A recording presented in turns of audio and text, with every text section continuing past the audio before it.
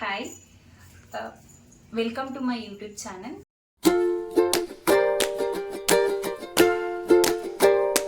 ఛానల్లో first video. First నా గురించి మీకు చెప్పాలనుకుంటున్నాను. నా పేరు సుమాంజలి. నేను 2025 పాస్డ్ అవుట్ బీటెక్ స్టూడెంట్ని. నేను డిప్లొమా బ్యాక్గ్రౌండ్తో బీటెక్లోకి ఎంటర్ అయ్యాను. డిప్లొమాలో ఈసీఈ తీసుకున్నాను, ఎలక్ట్రానిక్స్ అండ్ కమ్యూనికేషన్స్, అండ్ బీటెక్లో కూడా సేమ్. అండ్ బీటెక్లో వచ్చేసి నేను జీ పుల్లారెడ్డి ఇంజనీరింగ్ కాలేజ్లో చదివాను. 25 పాస్డ్ అవుట్ కదండి. ఇక్కడ మాకు కొంచెం కొన్ని కంపెనీస్ అనేవి ప్లేస్మెంట్స్కి వస్తాయన్నమాట, ప్లేస్మెంట్స్ కోసం. సో అలా నేను ప్రిపేర్ అవుతూ ఉండేదాన్ని. అసెంచర్లో ప్లేస్ అయ్యాను. సో నేను ప్రిపేర్ అయ్యే జర్నీలో చాలా, అండ్ ఆల్సో ఈ ఐటీ ఫీల్డ్ చూస్ చేసుకోవడంలో చాలా స్ట్రగుల్సే ఫేస్ చేశాను. లైక్ ఇప్పుడు కూడా మీకు తెలుస్తుంటుంది, లైక్ ఎవ్రీ స్టూడెంట్ ఫేస్ చేసే కొన్ని ప్రాబ్లమ్స్ ఉంటాయి. Like as a ECE background స్టూడెంట్గా నేను ఫేస్ చేసిన ప్రాబ్లమ్స్ ఏంటంటే, డిప్లొమాలో నాకు లైక్ ఎలక్ట్రానిక్స్ అంటే చాలా ఇంట్రెస్ట్ అనమాట. ఎందుకంటే ఫస్ట్ ఇయర్ నుంచి థర్డ్ ఇయర్ వరకు మేమంతా ఎలక్ట్రానిక్ రిలేటెడ్ సబ్జెక్ట్సే చదువుతాం కాబట్టి చాలా ఇంట్రెస్ట్ ఉంటుంది. సో అదే ఇంట్రెస్ట్ అనేది బీటెక్లో కంటిన్యూ అయింది. కానీ ఈ కోర్ వైపు వెళ్ళాలంటే, ఎలక్ట్రానిక్స్ వైపు వెళ్ళాలంటే మన normal colleges like IITs NITs మాత్రమే కంపెనీస్ని క్యాంపస్ ప్లేస్మెంట్స్కి పిలుస్తారనమాట. కానీ మన normal colleges like tier 2, tier 3 colleges అనేవి పిలవరు. సో అప్పుడు మనం ట్రైనింగ్ తీసుకోవాల్సి ఉంటుంది. దానికి ఫినాన్షియల్గా కూడా చాలా సపోర్ట్ ఉండాలి పేరెంట్స్ నుంచి, అండ్ మన టైం కూడా చాలా ఇన్వెస్ట్ చేయాలండి అటువంటి దాంట్లో.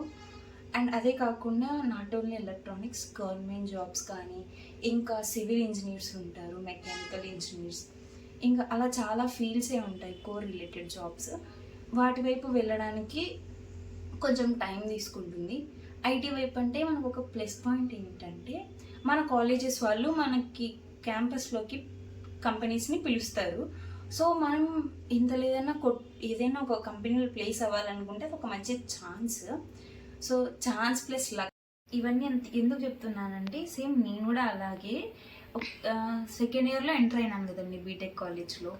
నాకు అంతగా తెలియదు అనమాట ఐటీ ఫీల్డ్కి ఇంత డిమాండ్ ఉంటుంది, ఎలక్ట్రానిక్స్ కూడా ఉంటుంది. ఎలక్ట్రానిక్స్ అనే కాదు, మిగతా వాటికి కూడా ఉంటుంది. కానీ మన టైర్ 2, టైర్ 3 కాలేజెస్కి వాళ్ళు కంపెనీస్ని అంతగా పిలవరనమాట. సో దానికోసం మీరు మీ సర్కమ్స్టాన్సెస్ అన్నిటినీ మీరు దృష్టిలో పెట్టుకొని మీరు ఒక పార్ట్ని మీరు చూస్ చేసుకోవాలి. అలాగే నేను కూడా అండి ఫస్ట్ సెకండ్ ఇయర్లో ఎలా ఫీల్ అయ్యేదానంటే, లెక్చరర్స్ చెప్తూ ఉంటారు లైక్ ముందుగానే మనకంటే ఎలక్ట్రానిక్స్ కొంచెం ఇష్టం, అండ్ లెక్చరర్స్ కూడా చెప్తూ ఉంటారు వాటి యొక్క ఇంపార్టెన్స్ గురించి చెప్తారు. అండ్ ఆల్సో ఇంకా నెట్వర్కింగ్ ఉంటుంది, దాని ఇంపార్టెన్స్ గురించి చెప్తారు, ఐటీ ఇంపార్టెన్స్ గురించి చెప్తారు. అలా చెప్తున్నప్పుడు మనం సబ్జెక్ట్ని నేర్చుకుంటున్నప్పుడు, మనం హ్యాండ్స్ ఆన్ చేస్తున్నప్పుడు మనకి ఇంట్రెస్ట్ అనేది వస్తుంది ఆటోమేటిక్గా. సో అట్లా నేను పెద్ద డైనమాలో ఉండేదాన్ని. సో ఏ పార్ట్ చూస్ చేసుకోవాలి, అండ్ 2 చూస్ చేసుకుందాంలే, ఫ్యూచర్లో దీనికి వెళ్ళొచ్చు, ఇప్పుడు నేను అంత అఫోర్డ్ చేయలేను కదా. సో ఈ వేస్ ఇప్పుడు ఫర్ ఎగ్జాంపుల్ ఎలక్ట్రానిక్సే ఉంది, నేను ఎలక్ట్రానిక్స్ వెళ్ళాలంటే ఇప్పుడు విఎల్ఎస్ఐ డొమైన్ అయినా చూస్ చేసుకోవాలి, లేదా ఎంబెడెడ్ సిస్టమ్స్ అయినా చూస్ చేసుకోవాలి. ఇంకా చాలానే ఉంటాయి, లైక్ విఎల్ఎస్ఐ అయితే ఫిజికల్ డిజైన్ అనేసి, లాజిక్, ఇవి మన కాలేజెస్కి రావు. సో మనం పక్కన బెంగళూరు కానీ, హైదరాబాద్ కానీ అలా సిటీస్కి వెళ్ళి మనం ట్రైనింగ్ తీసుకోవాలి. ఇప్పుడు వెళ్ళాలంటే మీకు పేరెంట్స్ నుంచి సపోర్ట్ ఉండాలి, వాళ్ళు మీకు టైం ఇవ్వాలి, అండ్ ఆల్సో ఫినాన్షియల్గా మీరు వాళ్ళ హెల్ప్ తీసుకోవాలి అనుకుంటున్నారు అంటే మీరు వెళ్ళొచ్చు, మీ టైంని ఇన్వెస్ట్ చేసుకొని. పర్లేదు నేను దాంట్లోనే నాకు ఎలక్ట్రానిక్సే కావాలి, లేదా కోర్లో సివిలే కావాలి, లేదా పర్టికులర్ గవర్నమెంట్ జాబే కావాలంటే ఇట్లా వెళ్ళొచ్చు. లేదా ఐటీ వైపు మీకు కాలేజ్లో ప్లేస్మెంట్స్ వస్తాయి, నేను ఎలాగైనా కాలేజ్ ప్లేస్మెంట్లో ఒక కంపెనీలో ప్లేస్ అయిపోయి నేను ఫినాన్షియల్గా స్టేబుల్ అయిపోవాలి, ఇండిపెండెంట్ అయిపోవాలి అంటే ఇలా వెళ్ళొచ్చు. నేనేమనుకునేదాన్నంటే, నాకు 2 అంటే ఇంట్రెస్ట్ అంటే ఫినాన్షియల్ స్టెబిలిటీ కావాలనుకుంటాను, అండ్ ఆల్సో ఈ ఎలక్ట్రానిక్స్ అంటే ఇంట్రెస్ట్. సో ఏమనుకునేదాన్ని అంటే, రెండింటికి ఈక్వల్గా టైం స్పెండ్ చేసి నేను చదువుకుందాం అనుకునేదాన్ని. అంటే లైక్ ఒక ఎగ్జాంపుల్ ఏంటంటే, ఇప్పుడు 2 పడవల మీద మనం ప్రయాణం చేస్తే 2 పడవలు కూలిపోతాయి అంటాం కదా. అంటే ఏ పడవల్లో మన డెస్టినేషన్ అనేది రీచ్ అవ్వలేము అనమాట ఎప్పటికీ. సో ఎప్పటికైనా ఒక్క దానిపైనే ఉండాలి, ఒక పాత్లోనే వెళ్ళాలన్నమాట.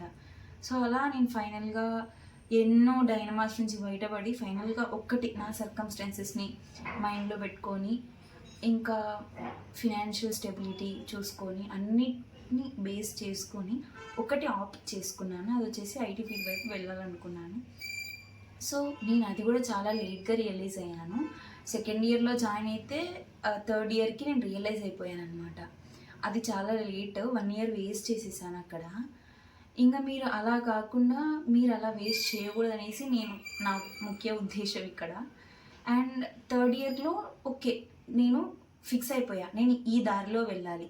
సో నాకు సోర్సెస్ ఏంటి, ఎక్కడి నుంచి చదువుకోవాలి, ఏం చదువుకోవాలి, ఎక్కడ ప్రాక్టీస్ చేయాలి, అండ్ లైక్ ఏవైనా నాకు ఇట్లా ఇందులో తెలుసుకోవడానికి ఎవరైనా హెల్ప్ చేసే వాళ్ళు ఉన్నారా, లైక్ ఫ్రెండ్స్ కానీ సీనియర్స్ కానీ ఎవరైనా ఉన్నారా, మంచి వీడియోస్. ఇప్పుడు మనకు యూట్యూబ్లో చూస్తే చాలా చాలా వీడియోస్ ఉంటాయన్నమాట. లైక్ ఇప్పుడు మీరు జావా అని సెర్చ్ చేస్తే ఎన్నో యూట్యూబ్ ఛానల్స్ నుంచి వస్తాయి. దాంట్లో బెస్ట్ ఏది, ఓకే ఇది బెస్ట్ అని చెప్తారు. మీకు సోర్సెస్ ప్రొవైడ్ చేయాలనుకుంటున్నాను, మీ ఆ సోర్సెస్ని మీరు ఫాలో అయ్యి మీరు తెలుసుకోవచ్చు. అండ్ ఆల్సో మీకు సిలబస్ చెప్పాలనుకుంటున్నాను, సిలబస్ యొక్క వెయిటేజ్ చెప్తాను. అండ్ ఆల్సో మీకు ఎలా ప్లేస్ అవ్వాలి, ఎలా ప్రిపేర్ అవ్వాలి అనేది కూడా చెప్తాను. ఇవన్నీ మీకు ఫర్దర్ వీడియోస్లో చెప్తాను. వాటి కోసం మీరు ఈ సిరీస్ని ఫాలో అవుతారని ఎక్స్పెక్ట్ చేస్తున్నాను. Thank you for watching up to end. And so guys, welcome to my YouTube channel. This is my first video. Please support me guys.